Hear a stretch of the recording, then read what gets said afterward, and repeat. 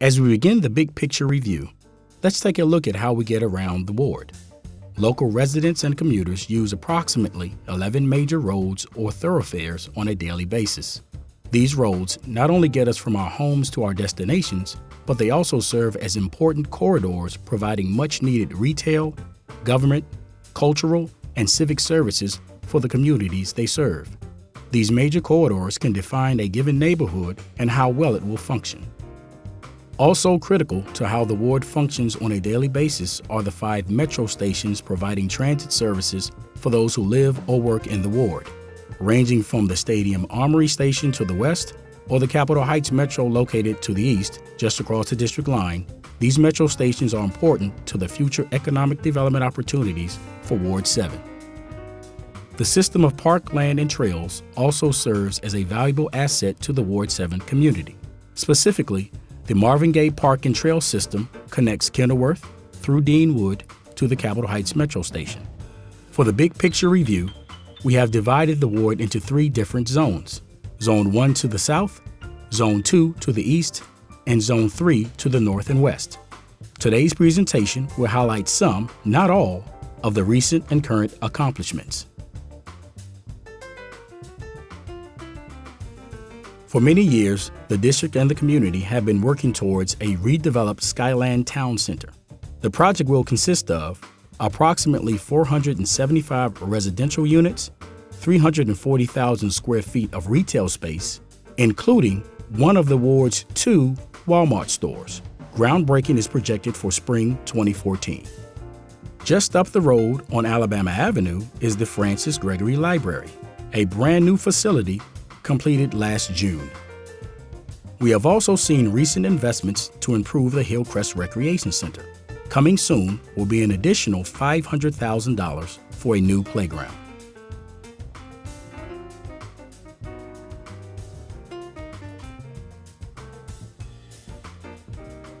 In our next region of the ward, the developer A&R and the Housing Authority are finalizing details for Capital Gateway Marketplace, which will provide residents with employment and much-needed retail services at the ward's 2nd Walmart location.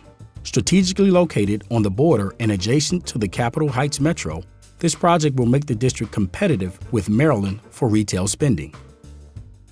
At Eden Place on Eastern Avenue, the district has worked with developers to provide 63 units of affordable housing for residents of mixed incomes. Mayor Gray has also budgeted $12 million to renovate the Marvin Gaye Recreation Center, one of the final pieces to the Marvin Gaye Park and Trail system. In the central area of the ward are 2 unique projects improving the quality of life for many of our young residents. The Washington Nationals Baseball Academy, one of only 2 facilities of its kind in the entire country, will open in the fall of 2013, providing quality programs and enrichment for the district's youth. Up the hill from the Baseball Academy, an additional $20 million has been budgeted to replace the Fort DuPont Ice Arena with a new 2-rink facility. In our 3rd region of the ward, DDOT is spending $15 million to complete the last segment of the Anacostia Riverwalk. This connection will link the Bladensburg waterfront to Benning Road as it passes through Kenilworth, Eastland Gardens, Mayfair, and Parkside. With an investment of $16 million, DDOT's new Parkside pedestrian bridge will create a more direct and safe connection for Mayfair and Parkside residents to downtown Ward 7. A completion date is slated for 2015. Metro Towns will provide 83 units of affordable home ownership and 42 low-income rental units. Construction and delivery is currently underway. Victory Square, which was recently completed, is a 98-unit project for low and moderate income seniors. There are also several other important initiatives and projects completed or underway in Parkside. Located next to Neville Thomas Elementary School, EduCare is an early childhood educational facility and community center built to serve the children and families of Ward 7. In 2012, construction began on Unity Parkside Healthcare, a $26 million facility providing improved healthcare opportunities for residents. In December 2012, DC Promise Neighborhood Initiative received a major $25 million grant from the Department of Education. Over the next 5 years, DCP&I will work to improve educational outcomes for students by providing wraparound services and support to families. At the Minnesota Avenue Metro Station are the headquarters of the Department of Employment Services. Playing a vital role in job training, workforce development, and employment-related services for the entire district, the agency's presence plays an important role in downtown Ward 7. Park 7, a joint venture between Donatelli and Blue Sky, is a mixed-use and transit-oriented project. Currently under construction, the project will offer 376 residential apartment units and 22,000 square feet of retail. As part of the New Communities Initiative for Lincoln Heights and Richardson dwellings, 2 off-site housing projects are complete. The first was 4427 Hayes Street, a renovation project totaling 26 units with 9 replacement units. With the official ribbon-cutting ceremonies just last week, the Nanny Helen is a new construction project consisting of 70 affordable units and over 7,000 square feet of retail, fitness, and other community space. A few blocks away in the same neighborhood, the 6th District Police Headquarters will relocate to the former Merritt Middle School. As a result of new ward boundaries, Hill East is now a Ward 7 project. With the challenge of relocating existing government and institutional uses on the site, DMPED issued a solicitation for 2 of the available parcels in October 2012.